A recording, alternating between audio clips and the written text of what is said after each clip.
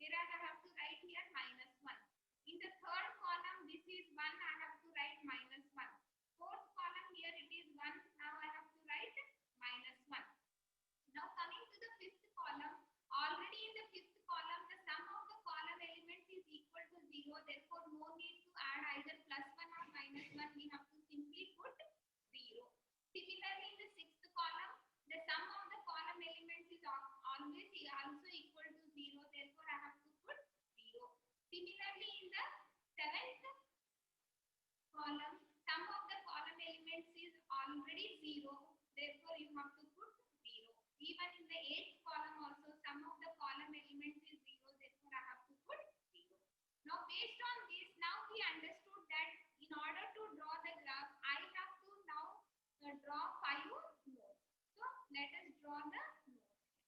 So let us mark the node as A, B, C, D, and E will be your reference node. Now depending upon the incidence matrix, you have to first see that for A node, what are the branches associated. So in order to understand that, you have to see that in A, where all we have 1 or minus 1. 0 indicates that that branch is not associated with the node. So for A, 1 is there, 5 is there, and 8 is there. So all these 3 branches are associated with A and all of them are plus 1. That indicates that all the currents are leaving the node. So from A, I need to draw 3 branches, that is 1, 5 and 8. So from A, I have to draw 1, 5 and then 8. So all of them will be having the current direction as leaving the node. Right? Similarly, coming to B. If I see at B, B is associated with branch number 2, 5 and then 6. Okay, whereas for 2 and 6 it is plus 1, that means the branch current is leaving. Whereas for 5 it is minus 1, that means the branch current is entering. So it is 2, 5 and 6. For B, I have 2, 5 and 6. Whereas 5 is leaving, 5 is entering, 2 and 6 are leaving. Now from A, already 5 is leaving, means from A to B, I need to draw a branch where the current direction will be from A to B. So this is how it looks like. Similarly, let us see C. In the C node, if you see the row here, third branch is associated, sixth branch is associated, seventh branch is associated, and eighth branch is associated. In that, third and seventh branch currents are leaving the node, whereas sixth and eighth branch currents are entering the node. Similarly, we have to do it for D and E. So based on this concept, if I draw the network graph, it will be something like this. So this will be your network graph that we get from the incidence matrix. So if you rewrite the incidence matrix for this network graph, it will be same like what we have seen in this particular example. So this is how we draw a graph from the given incidence matrix. So another example, this is another example where you have to draw the network graph from the given incidence matrix. Okay. Now let us start with the main concept of the network topology, that is tie-set schedule. So please remember that the tie-set schedule is similar to mesh analysis concept. Okay. Now, so let us understand the tie-set schedule. In order to understand how to write a tie-set matrix and how to frame all the current equations here, let us take an example. So I am taking a network graph is already given, oriented graph. Okay, so for this given oriented graph, let us see how to write the tie-set schedule and then find all the branch currents and the voltages. So let us see the network graph which is shown here. So in this network graph, again we are following the same concept that all the nodes are marked with alphabets, whereas branches are marked with numbers. So now if I look at this network graph, I can see that how many nodes are there. So first you have to identify the number of nodes. So you have A, then B in the middle, then C and then D. So there are 4 different nodes are there which are alphabetically marked as A, B, C and D. Apart from that, let us see how many branches are there. So between A to C I have 1 branch, between A to D I have second branch, between A to B I have third branch, then C to B I have fourth branch, then B to D I have fifth branch, then from C to D I have sixth branch. So total there are 6 branches are there. So now I have 4 nodes, then I have 6 branches. Let us find out the number of links. So how do we find the number of links here? So in order to find the number of links, we make use of L is equal to B minus N plus 1. So L is equal to B minus 1 indicates that B is number of branches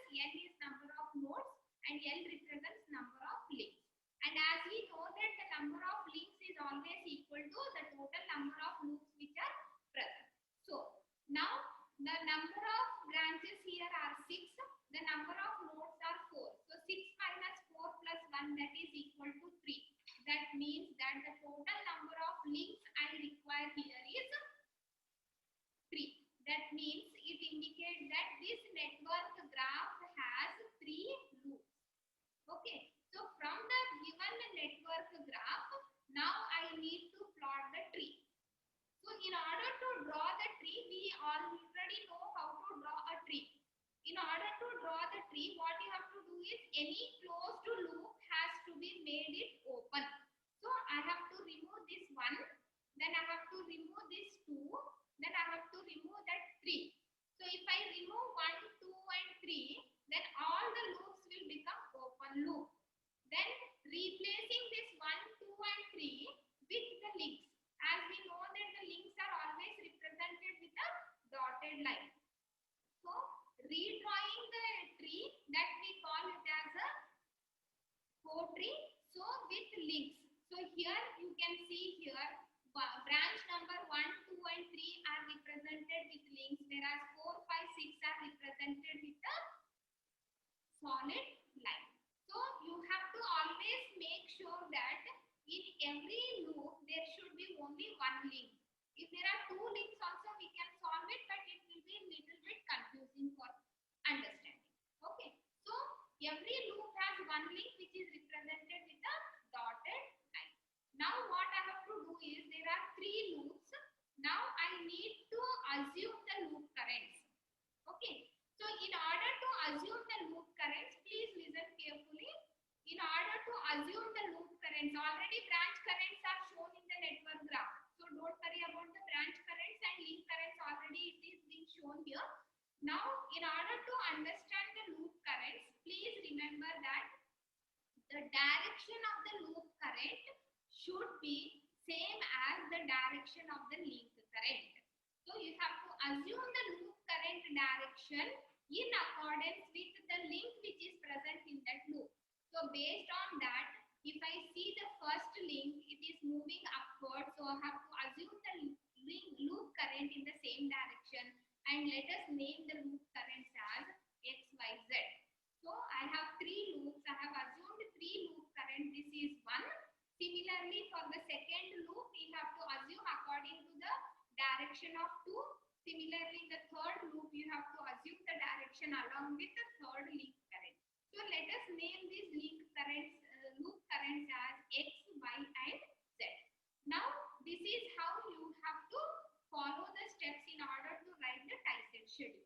So let me just once again revise the tie-set schedule. What are the steps involved? So from the given network, you have to first identify the number of nodes, then identify the number of branches, then assume all the branch currents. After that, with the help of the procedure which is given to draw the oriented graph, you need to draw a oriented graph.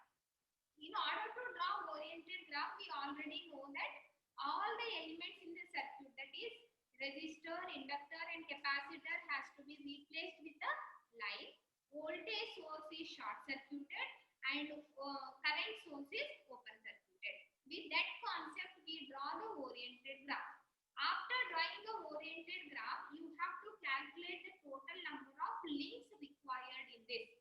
So as we know that the total number of links will be always equal to the total number of loops which are present in the network. After that, you have to draw the tree. So draw all the possible trees which are present in this by removing the number of links. So after that, you draw the tree. Out of all the trees, you consider any one of the tree. Then from that tree, replace back that particular branch which is being removed with a link, which is a dotted line. After getting this, we have to now assume the loop currents. So always remember that the loop currents are assumed, which is always in direction with the link current. So the direction of the loop current should be same as the direction of the link current. So I hope till now it is clear what is that we are doing in getting the branch currents and loop currents. Now let us write down a tie-set matrix. So what are we doing in a tie-set matrix? So same as an incidence matrix, but it is slightly different here. So let us understand. As I already told you that tie-set matrix is similar to mesh analysis. Therefore, in place of node, I have to consider the loop currents. What are my loop currents? In the extreme left column, I have to consider my loop currents. So what are the loop currents we have assumed? X, Y and then Z. Now if you see for X, Y and Z,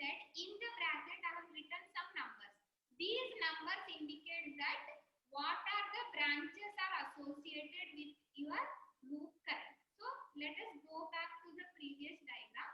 Now see here. If I take X, for X it is associated with 1, 4 and 5. Similarly for Y we have another 3 branches associated. For Z I have another 3 branches associated. So those numbers have been written in the bracket. So extreme left column you have to write X, Y, Z. Then to the top you have to write the branches. So as we know that there are 6 branches.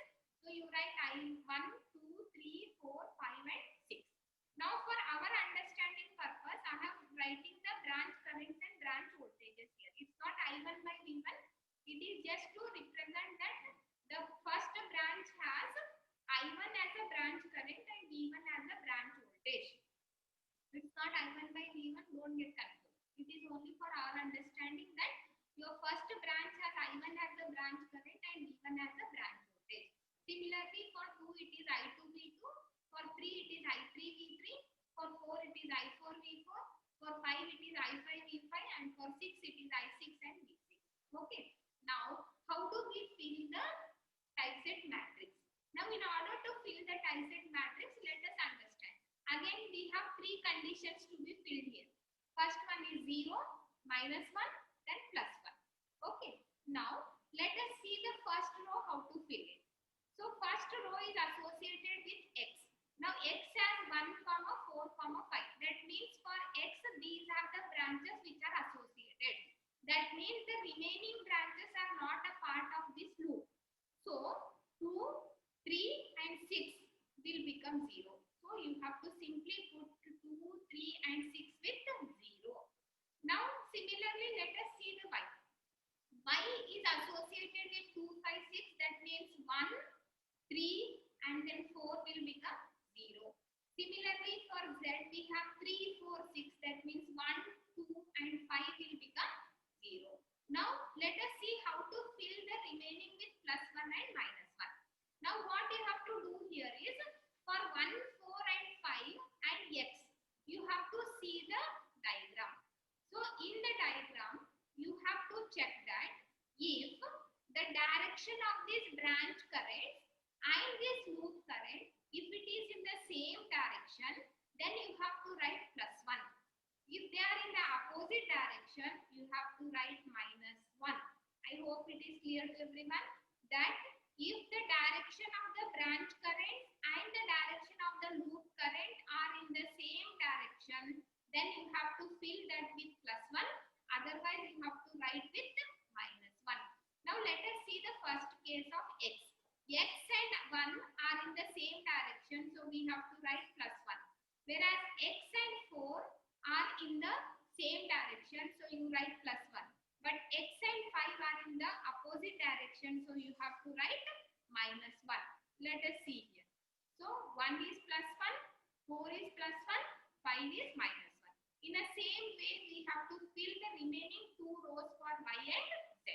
Once you fill this, then your typeset matrix is ready. Now after writing the typeset matrix, now I will explain you how to frame the relation between your loop currents, branch currents and then voltages based on this typeset matrix so that we get the equations. Okay. Now relation between branch voltages. So you have to see the branch wise, row wise.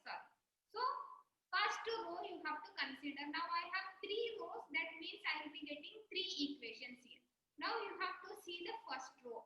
In the first row, wherever we have plus 1 and minus 1, based on that, I have to write the voltage expression. Please remember that when I write the equation row wise, then I am going to get the branch voltage equations. So first row, let us see what is it stands for. So I have 1 plus 1 in the first branch, then plus 1 in the 4th branch, minus 1 in the 5th branch. Now already we have assumed the branch voltages, so your equation will be now V1 plus V4 minus V5 is equal to 0. That will be your first equation. That is V1 plus V4 minus V5 is equal to, you will get 0. Similarly, you have to write the expression for second row. Second row is V2, right? Plus you have V5 minus V6 is equal to 0. Similarly, for the third row, you are going to get V3 minus V4, then plus V6 is equal to 0. So you will get three equations which gives the relationship for our branch voltage.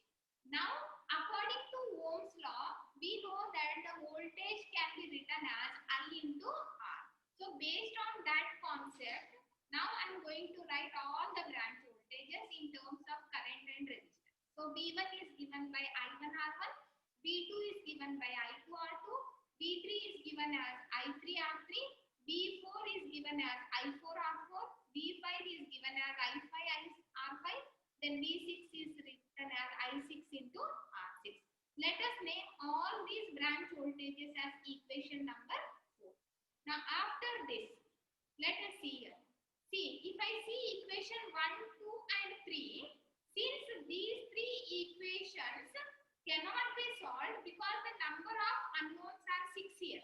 In order to solve 6 unknowns, I need 6 equations, but I have only 3 equations. That means this requires further reduction. So let us see what is the next step. Now what I have to do? I have written the row wise which gives me the branch voltages. Now I have to write the column wise.